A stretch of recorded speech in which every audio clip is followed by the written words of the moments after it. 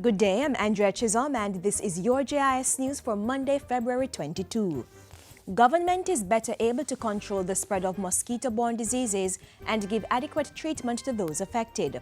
On Friday, the Ministry of Health received 6 million paracetamol tablets and 19 portable foggers from Food for the Poor. The donation was worth over $5.7 million. We are confident that this donation of paracetamols and foggers will further improve the quality of service offered to our least fortunate brothers and sisters as we enhance public health and improve patient care in Jamaica.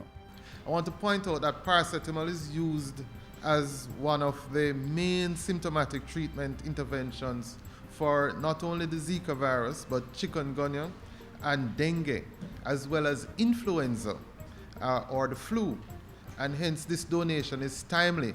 In the meantime, the Health Ministry is urging persons to protect themselves from influenza viruses, including H1N1 or swine flu.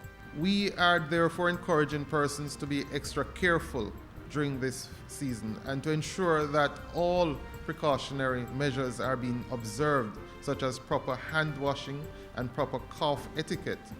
If persons are feeling ill, they should minimize their contact with others in order to prevent the spread of the flu viruses. Symptoms may include sneezing, coughing, runny and stuffy nose, fatigue and headache. Up to Friday, there were 9 confirmed cases of the H1N1 virus in Jamaica. 1 person died after contracting the virus. And as Jamaica continues its Jis cleanup activities, a number of St. Catherine communities were targeted over the weekend under Operation Mosquito Search and Destroy. On Saturday, the Ministry of Health led a cleanup campaign in Rivoli. Acting Chief Medical Officer Dr. Winston Delahaye told JIS News that the cleanup exercise was among a series of campaigns being held across the island. This is not a one-day effort. The main thrust is to motivate each individual Jamaican to get involved, to protect ourselves, to turn over the pots and pans, to throw out all the things that can hold water which will breed mosquitoes. Cleanup activities were also undertaken in Old Brayton, Reedspen and Gregory Park in Portmore. Acting Mayor of Portmore, Leon Thomas, called for all hands on deck to rid the municipality of mosquitoes.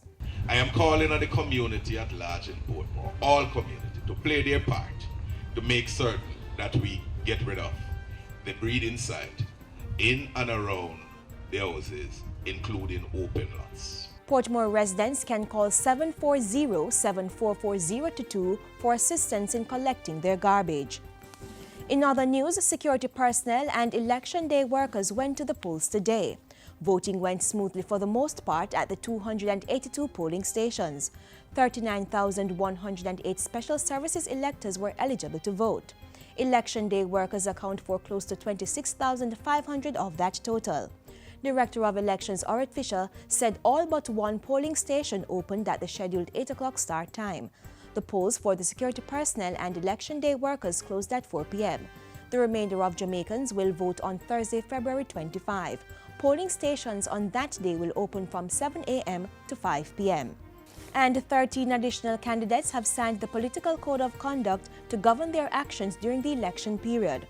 The candidates were from constituencies in Hanover and St. Elizabeth. Costas Rotolorum of St. Elizabeth Beryl Rochester called for peaceful and fair elections. I wish all of you well in these elections and pray that God will grant you all a mindset of peace and forgiveness so that Jamaica will also emerge a winner in the general elections. Up to last Wednesday, 119 of 152 candidates signed the Political Code of Conduct.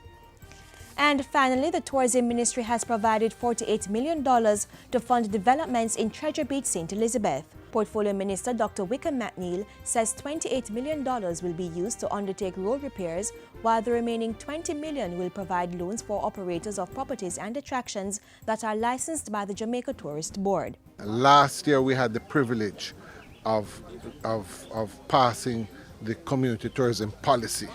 So we now have a document, we now have a plan to work on. And one of the first major projects that we are undertaking is the project here in Treasure Beach. Treasure Beach prides itself and almost being the home of community tourism. And that's it for JIS News today. I'm Andrea Chisholm. Thank you for watching.